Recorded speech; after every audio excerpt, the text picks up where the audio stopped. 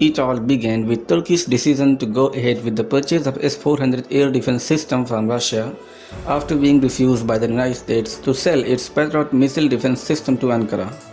Despite repeated warnings from the US, Washington finally imposed sanctions on Ankara and scrapped the deal for the fifth generation F-35 stealth fighter jets.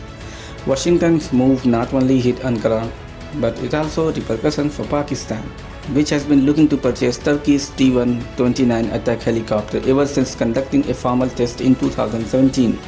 The attack T-129 is a twin-engine, tandem-seat, multi-role all-weather attack helicopter based on Italian Agusta A129 Mangusta platform.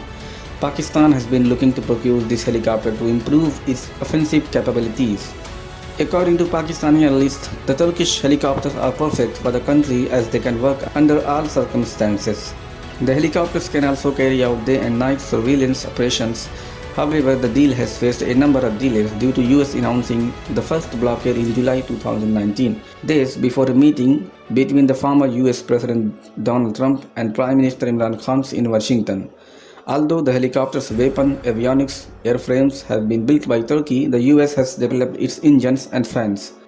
The helicopters are powered by two T-800-4A engines manufactured by LHTEC, a joint venture between the American firm Honeywell and the British company Rolls-Royce.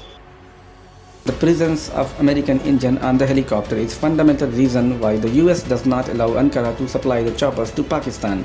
But wait a second, we heard that Turkey has developed its own indigenous engine for T-129 attack helicopter. That's the reason why Pakistan is still committed to buy the Turkish T-129 attack helicopter. So let's compare the power of Turkish indigenous engines and the British-American engine. Point number 1.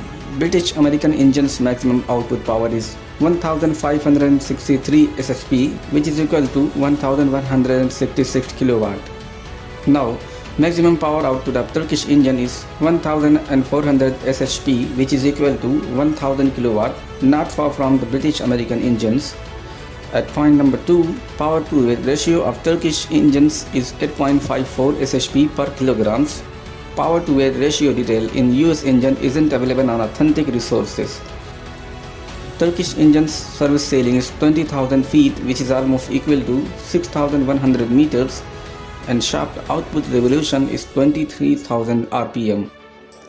These two data of British-American engines are also not available in authentic resources.